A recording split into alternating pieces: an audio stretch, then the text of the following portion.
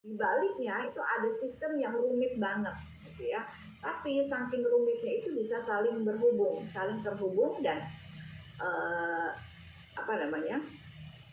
Tetap saja walaupun saling terhubung di yang namanya dia sebuah jaringan internet yang dibuat oleh manusia, kadangkala itu bisa terjadi error. Gitu ya. Atau kita lihat lagi perbandingannya adalah tubuh manusia. Kalau tadi jaringan internet itu adalah buatan manusia, maka akan ada kemungkinan terjadi error.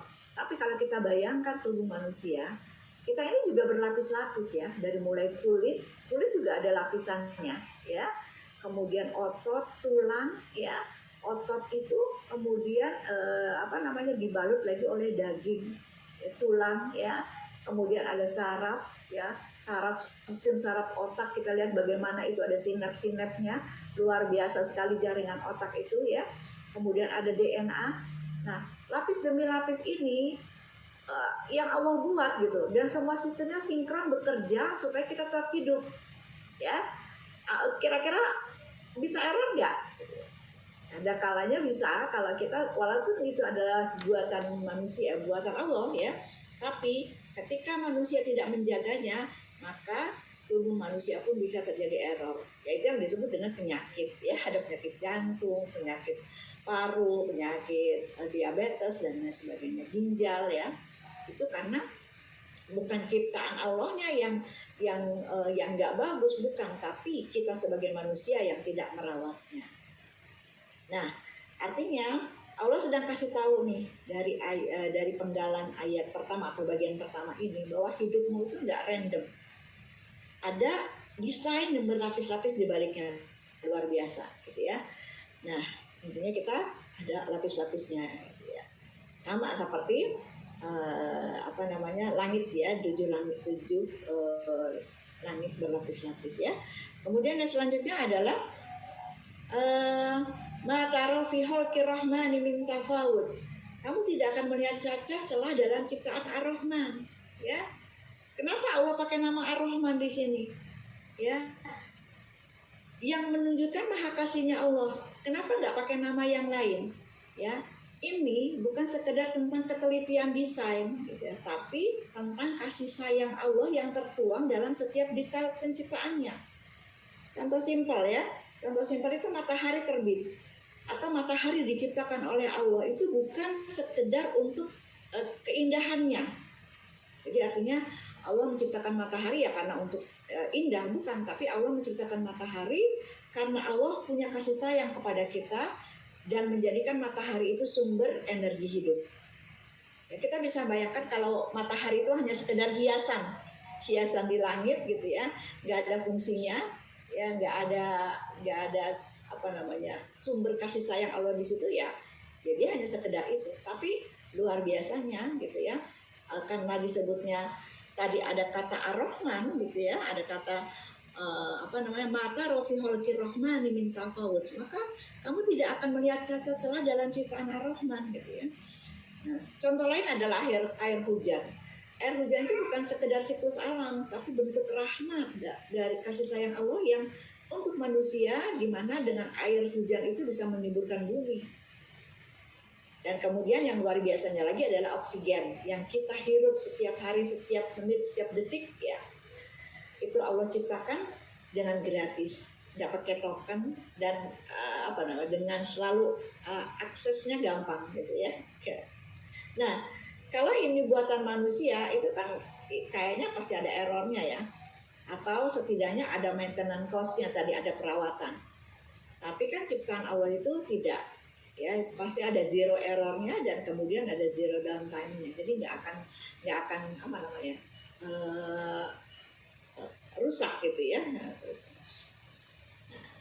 Nah, kita masuk ke bagian ketiga ya. Dari ayat tadi adalah farji'il basara hal taro min futur. Ulangi lagi pandanganmu, adakah kamu lihat celah? Nah, di sini Allah kasih tantangan intelektual. Ya. Bukan sekali lihatnya, tapi ulang-ulang. Kenapa? Karena manusia tuh sebenarnya gampang ngejudge ya dari pandangan pertama. Ketika ngelihat hidup ini dengan penuh penderitaan, dia bilang Allah nggak adil. Ya, ketika ada musibah dibilangnya kok Allah kejam. Ya, ketika lihat banyaknya kerusakan di muka bumi, dibilangnya Allah tidak menjaga, tidak melindungi bumi ini. Padahal kalau kita mau lihat lebih dalam, kita bakal sadar nih, di balik semua itu ada pola, ada makna, ada pelajaran. Kalau kita bayangin, kalau kita baca novel tebal ya, kadang kalau kita baca novel itu di bab awal itu banyak hal yang nggak masuk akal. Kadang ada yang seperti itu ya, tapi kalau kita teruskan sampai akhir, baru kita paham bahwa ternyata semua nyambung, nggak ada yang random. Nah itu yang diajarkan Allah. Coba lihat lagi, jangan berhenti di pandangan pertama. Atau kalau kita lihat lagi nih, farji'ul basar, ulangi pandanganmu. Ini artinya kita jangan gampang puas sama kesan pertama. Karena ketika pandangan pertama itu, kok ujian saya gagal, nyesek banget kan ya. Nah, kita harus langsung ke pandangan selanjutnya, pandangan kedua. Tadi kan kita juga berlapis-lapis ya. Oh, mungkin Allah lagi ngajarin kita sabar.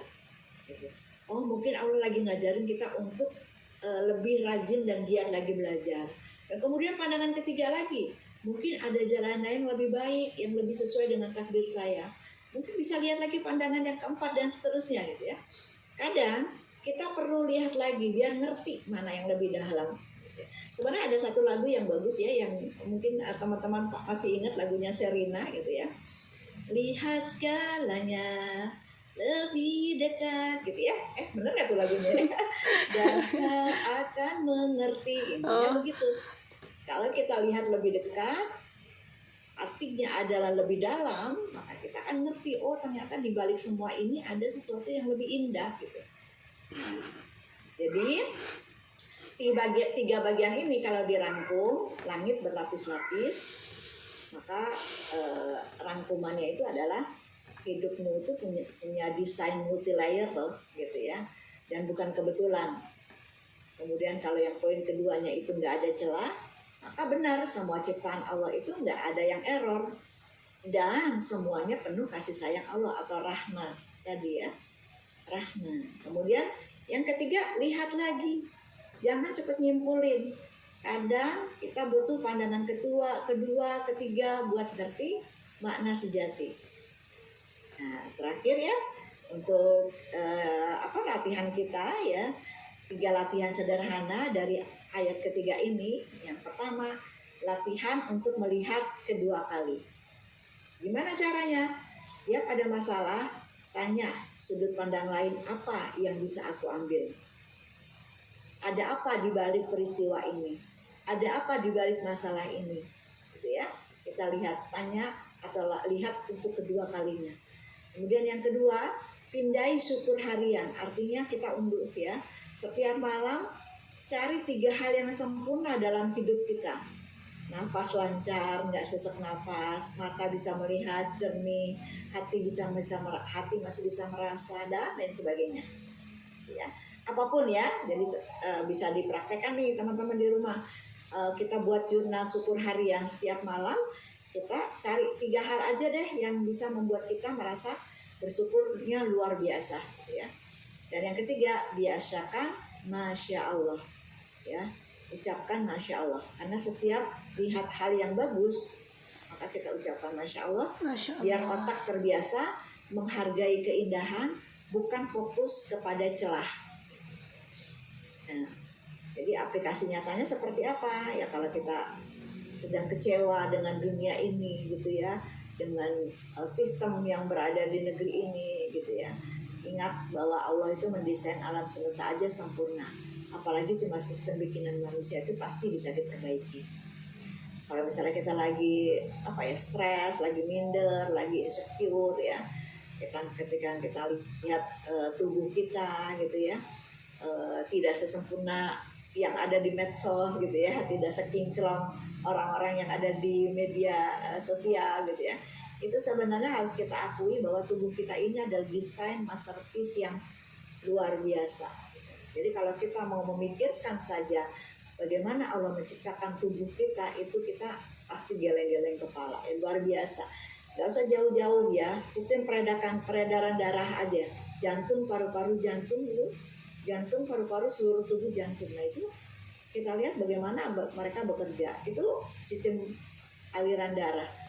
Kalau kita lagi lihat lagi otak, wah otak lebih rumit lagi ya, ada sinap, ada mielin ya, ada apa namanya, kerja otaknya sendiri, ada amigdala, ada hipokampus, ada prefrontal cortex, itu luar biasa gitu ya. Kita nggak akan melihat bagaimana Allah itu bisa mendesainnya itu, maka disebut masterpiece ya. Nah, kalau kita lagi stres, ingat dibalik yang kelihatannya acak-adul, acak-acakan, rumet, mumet, itu selalu ada pola pertolongan Allah yang sempurna. Nah, yang terakhir juga ya, itu kita coba hubungkan dengan ayat 1 dan 2. Ayat 1, Allah yang pegang kendali, ya kan? Ayat 1, Allah ya yang pegang kendali. Tabarakalladzi biyadihil mulku, ya kan? Ada tangan kendali Allah. Percaya sama, maka kita upaya kita adalah kita percaya sama Sang Pengendali. Ayat kedua, hidup ini ujian, maka pahami aturan-aturannya. Dan yang ketiga, semua desainnya sempurna, hargai desainnya Allah, dan maka kita akan melihat lebih indah ya, ketika kita bisa melihat lebih dalam apa yang Allah desainkan untuk kita ya. Kalau ibaratnya kalau main game ya teman-teman main game kan nih ya, developernya itu